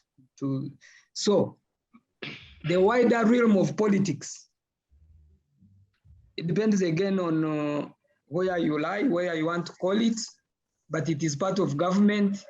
So to that end, you're associated closely with government, but on the whole, we would wish to serve Ugandans irrespective of color and shade. So that's what I can add on. I hope we have exhausted all these questions that you gave us, unless there is something that I did not write down, because I'm trying to look at what I was capturing. Okay, Miriam, you seem to have another something. Yes, thank you, Brigadier Johnson, for the response and team. My issue still is on nationalization. You like downplayed it and left it to the people who are like on the border communities, that they're the ones who apply for those naturalizations. But we also have our spouses from the diaspora who want to become Ugandans. We have business partners. We have so many people who are interested. This forum has been engaging so much. Basically, our main theme is how can we enable the diaspora community to participate in development in Uganda? There are so many people, especially the African diaspora, who are interested in becoming African citizens. So you have to look into that, and it's good that the process is much easier. But then again, the dual citizenship should also be, I don't see why it's so complicated so that you want Ugandans to pay like 200 to become Ugandans. They are Ugandans anyway. So that issue really should be looked into as very urgent, as very important, because it's limiting a lot of development potential of the diaspora community in the Ugandan economy. The next thing is, the next thing I wanted to raise, I think Albert also raised it in the chat room. There are so many ways to do fingerprints without walking to the embassy. That is more like trying to use old methods in the new technology. there are centers which are legal, which are valid and are secure, that can do fingerprints, and they are posted to your system. I think your IT guy can really verify that. And if you look into those things, like they pointed out earlier, there are very few embassy outposts which are even doing fingerprints. Like now, 9 out of 100 plus countries in the world, 9 of your embassies, even Uganda has so many embassies and commissions, but not all of them are even doing fingerprints. So that shows you the limitations that the diaspora community have to have themselves fingerprinted. And I don't know how you expect them to transact any business without accessing to any center which can do their fingerprints. So if you use technology, if you explore that more, I think there are more opportunities to have this system, quickened and made it accessible to everyone without, like Albert said, spending $10,000 just to get yourself fingerprinted and your family. That's a waste. It would better go to Uganda and pay for some hospital bills of some elderly person who is suffering. So I hope you put that into consideration. I know you could be implementers, but you are also policy makers, and you are the people who give a feedback to the policy makers, to the cabinet, on what needs to be changed. That's why we are making this conversation. We would like you to take back our concerns and have some changes made so that this process is much easier for all of us and everybody who is interested in doing it. And the issue that, what did I want? Sorry, it skipped my mind. Sorry, Rian, you can continue. All right. Okay, if there are any comebacks on this, perhaps, yes, Madam Chair. Oh, I just wanted to highlight a few so that you can go on. The messages here in the chat room. Somebody saying, is it possible to access the presentation for purposes of sharing with our colleagues in a summarized version? Opportunity cost, look at a long-term strategy. If we get more Ugandans access easy dual citizenship fees and procedures, the more economies of scale we shall reap as a country than keeping rigid processes. That is Francis Bakasara says, there is a third and better way. The biometrics can be done via an app. You can partner with the software companies to develop an app that can take fingerprints and forward them to the DCIS in Kampala. This technology is available and many of you are using it to lock and unlock your telephones, your cell phones as well. So yes, please go ahead. Thank you, Madam Chair. Beginning with the last one, all those are good ideas. A journey of 1,000 miles begins with one step. Let us first put these systems at their missions, and then we'll go for exactly what Mr. Bakasara is suggesting. On citizenship, you can be a citizen of Uganda by 4 ways. By birth, and in this case, by birth is not like the US by birth. And somebody is going to say, why don't you do like the US? Each country has its own ways of doing things. Citizenship by birth, which has been misinterpreted in various ways, because some people want to hold me a tie in this office, is, according to the Constitution, is a parent or grandparents who are indigenous communities by 1926, when the borders of Uganda were being drawn, as at 1st day of February 1926. So if your family tree goes back, that is a citizen. Now, the biggest challenge we've had are these masses of groups that have come either out of work or out of unfortunate incidents like genocides in the neighboring countries. So if somebody came in 1950, that person, the pain I have, that person is not a citizen. So we have to either register or naturalize. And register is according to accumulated work permits. So that is outside for that person. So that remains, we live with the option of naturalization. So I've touched 3 so far citizenship routes: by birth, by naturalization, because that person has no work permits anyway, but has lived on this country for so many years. So we opt to say, pay this as a token, and then we allow you in the net. And there are actually so many other people who are not even in the 4 categories, but who are here. And if you decided to implement, you'd cause more pain, more problems than you are solving. So we are seated on a lot of challenges on a daily. And of course, the last one is dual citizen, to readmit, because these are international protocols, to readmit a person who has got a document of another country. So we shall continue to engage with you to make sure that all these things, bureaucracies and legalities, are broken down to serve you better as Ugandans. So I do not know whether there is any other thing that you want me to maybe I can add on to that.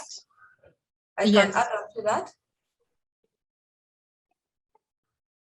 Am I allowed to? Yes, you can. Yes, there was an issue raised by Madame Miriam on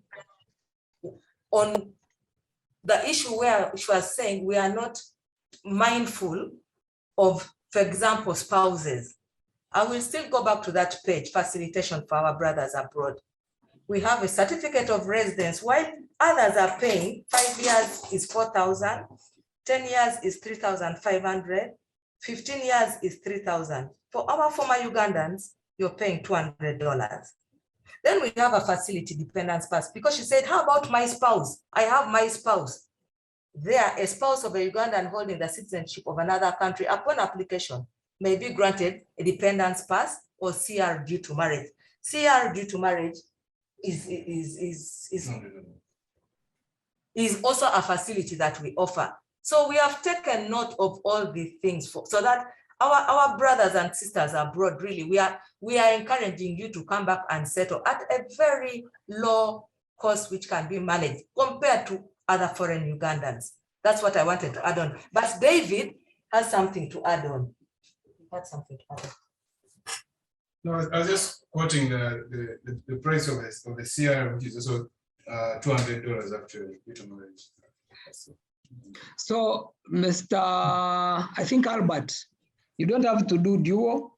You can apply for a certificate of residence and continue to do your work as an American, but you'll not be paying visa fees here or locked out variously. And you can go to Toro and enjoy, and then you can have your holiday. Yeah. Okay, I see Ismail Serunjoji. We have other people in our attendees of this for today. We have Ismail Serunjoji. Your hand is up. Kenneth, Margaret, Kafero, Mrs. K, SMB, thank you for being part of the show. But Ismail, you have your hand up. Do you think you can, in like a minute, shoot what you have to tell us?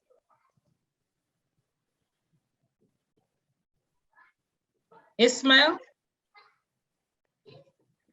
Okay. Are you there? All right, sorry, I think he's, we can't hear him. There's a message from Kamhanda. He says, all along I thought that even with paper applications. Yes, Okay, please, Ismail, go on. I am. Thank you. Thank you very much. I would like to thank the team.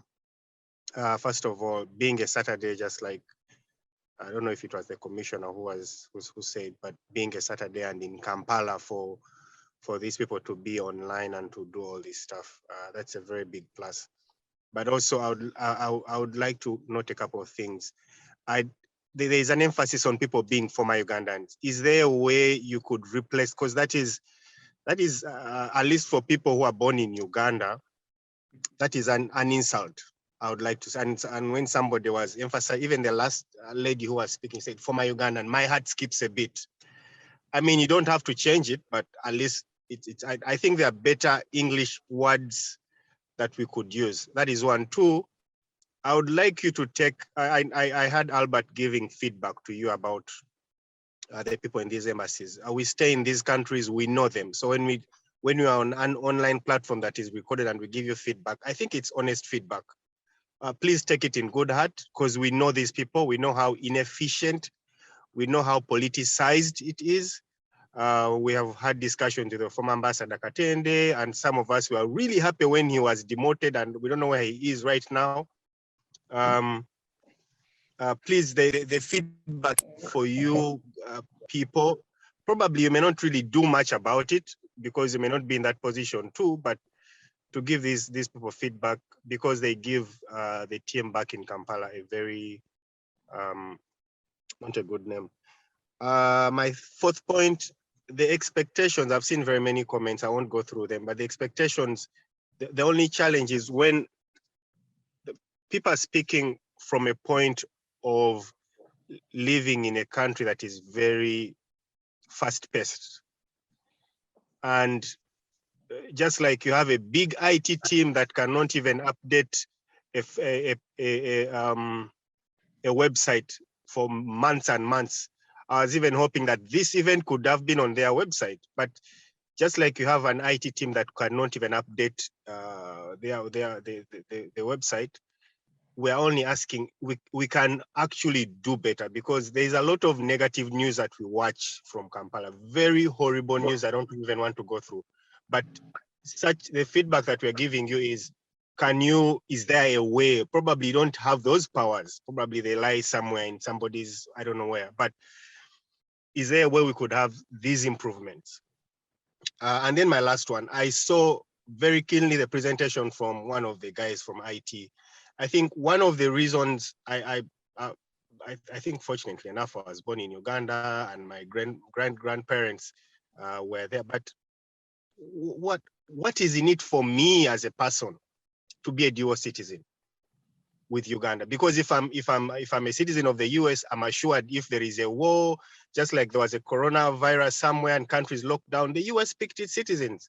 Uganda even fails to go to Dubai to pick people that are being harassed, and you are coming online to campaign for dual citizenship. I think one of the best selling propositions should be, I don't know, I'm not telling you how to do your job, would be to not to emphasize on how much you're supposed to pay, please pay this money, please do this. But these are the things as Ugandans you gain from being a dual citizen. And such that somebody could say, I can forfeit my citizen of this country and have the citizenship of Uganda.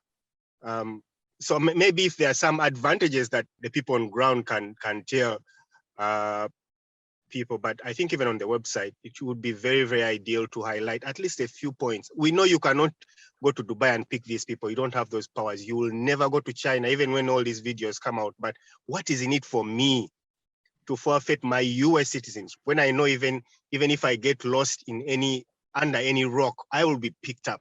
Now, what will Uganda do for me if I have the dual citizenship? I think that is, maybe I missed it, I could be wrong. Thank you very much, Miriam. Right, thank you, Ismail. Before Commissioner can come in, let's have these messages because we are running out of time. So all along, Kamhanda says, all along I thought that even with paper applications, the information was entered into a computer before using a passport. It defeats logic for one of the officers to argue that files are paper archived somewhere. It's hard to buy into such a narrative. Now, the DCIC team, thank you a lot. This is Kenneth, for all the efforts. We have come along where we shall reach there. Okay, I think those were the messages. Please, Commissioner. Thank you, Madam Chair and members. I think this is a great discussion we've had. I begin with the last, the person who was Isma. I appreciate his comments. But you see, I think we are comparing the US and Uganda in all aspects. And that is a very big challenge. I do not know whether it's like comparing apples and, okay, they are all fruits, but I do not know whether you'll get there in terms of resource scale, etc. But that is not the reason for us to slacken and not to be on top of our game. I'll give you an example of the complications of citizenship. He talks of former Ugandan, it's a bad connotation, it's a bad thing, but let's work on it together. ISMA give us a name, shoot, so that we can improve this together, because we have a lot of challenges. I also don't like it, but I'll give you this to give the complexity of what we are talking about, so that we do not bastardize it or simplify it. I'm sure you know that case of Victoria University guy who was arrested here, mishandled.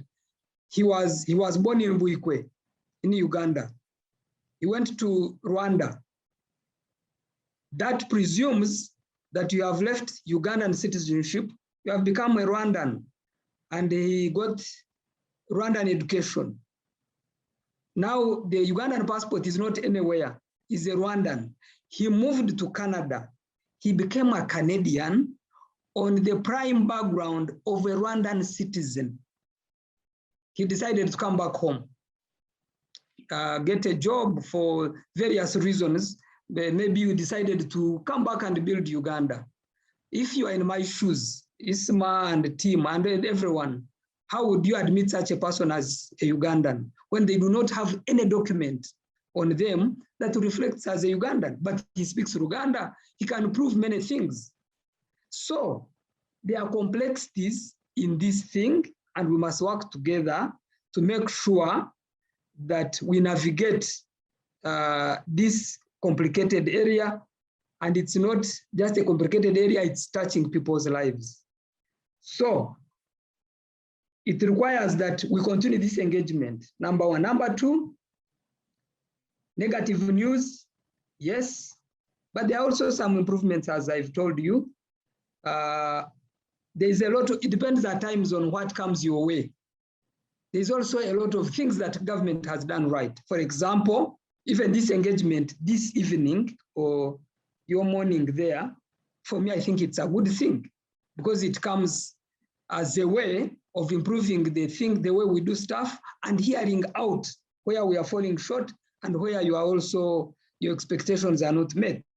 And out of this engagement, to make sure that we improve, so that we build on our success and improve on our flaws.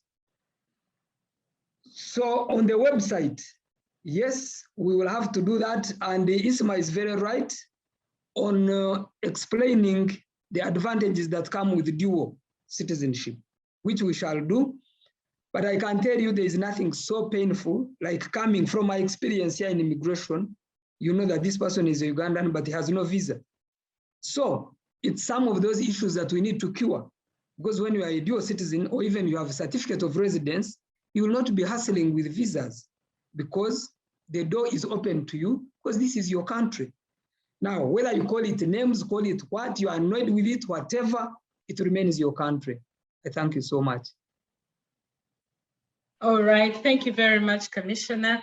I don't know if anyone still has something to say. We are out of time.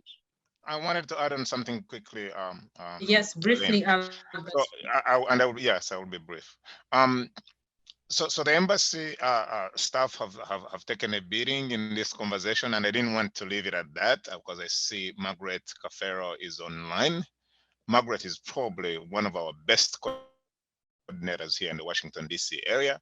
And I've even had a pleasure of having her and her colleagues at the embassy present this immigration services presentation to the community.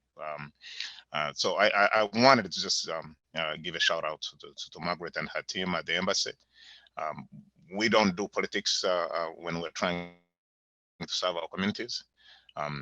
But yeah, other people might have had different experiences. So I just wanted to say that. On adding on to what the general just said, and and Ismail also hinted on, that is precisely why in my example of giving how the US handles this, we don't want you to become like the US. We have different characteristics. We have our own challenges, and they have theirs. But there is no reason to reinvent the wheel, and I'm not sure why Uganda tried to. If you do value us as a community, and yes, you don't have to call us former Ugandans, you can actually call us Ugandan, the Ugandan diaspora. You can add on the diaspora in North America, diaspora in Arab Emirates, because we're Ugandan at first. Okay, so the challenge that the Brigadier General just narrated of that gentleman, that's precisely why the US got out of the business of trying to categorize or to put requirements on their American-born citizen. And that's what I said earlier. You can do that. Uganda can do that. Because it becomes ridiculous. The complexities that the general was describing are self-inflicted. They are our creation. The guy was born in Buikwe. I was born in Toro. You can trace my ancestry to the Bahinda of Ankole, and I'm a descendant of Kahaya. You can't change that. So if you create complexities along the way of trying to categorize me, oh, now you went to the US, now you moved to UAE, now you moved to UK, those are complexities that the government, for one reason or another, are creating, and it makes it a burdensome job for you guys. You need to be there. If I can show that I fit in the description of a natural born Ugandan citizen, as you described it in the Constitution, then that's it. It stops there. What I have done, where I've worked, and where I've gone is irrelevant. No, so Albert, I think you are wrong. As it is now, Albert, you have an American document, you present at Entebbe. These immigration officers will not know Albert is a prince or from Toro or is from Kahaya. They will not know. So I agree with that. And I agree with that. And I know what you're saying. I mean, I'm not a foreigner in Toro in Uganda. I actually, until COVID kept me here for a couple of years, I vacationed every December. I was in Uganda since 2005. So I've been there. I pay I used to pay my $50 visa and come to Uganda, and I have no problem with that. Every country has to have. Now, next time, even the $50 you don't have to pay, Albert. Have a certificate of residence, enter this country as and when you wish, and then that will be sorted. Okay. All right. Thank you very much. Francis Kamhanda says, Brigadier, we are not comparing from an informed point of view. What we are saying is there are low-hanging fruits that we can pick or use with ease, like options for fingerprints and not rocket science. I think we have really dealt with that, Francis. We acknowledge what is right and have been done by your office and government, but it's our right to keep demanding for efficient service delivery, but also know that Brigadier team, we shall keep tasking you and bringing to your notice even what you don't want to hear, provided we cite a mess. And I think we shall use that as a duff, and we shall make bread. Absolutely, absolutely. Thank you very much. Allow us to conclude. We have a lot, and I'm sure, Brigadier, thank you very much for your time and your team. I hope next time we can also steal your Saturday when you allow us to. Thank you very much, ladies and gentlemen, for being part of today's Uganda Diaspora show. This has been recorded and it will be put up on YouTube tomorrow at 2 p.m. and the CivicspaceTV. So be sure you catch the link. We shall have it availed. But Brigadier, somebody asked for the presentation. Could you kindly share it with Miriam? Luda, I think we shall get Miriam email, and then we shall email it to her. Or even you can put on the chat before these people close so that it is shared instantly. Absolutely. And thank you, Miriam, for inviting us. Miriam invited us. Yes, absolutely. Thank you very much. Thank you so much, sir, and your team. Thank you. Guys, thank you very much. Miriam, please, I'm sure you'll get in touch. Okay. All right, gentlemen and ladies, I see a link here. Please make use of it before we all leave. It's in the chat room. You can get access to that link for tomorrow's show as well. Thank you very much. Good morning and good evening to us in Uganda. All right, bye. Catch you next time.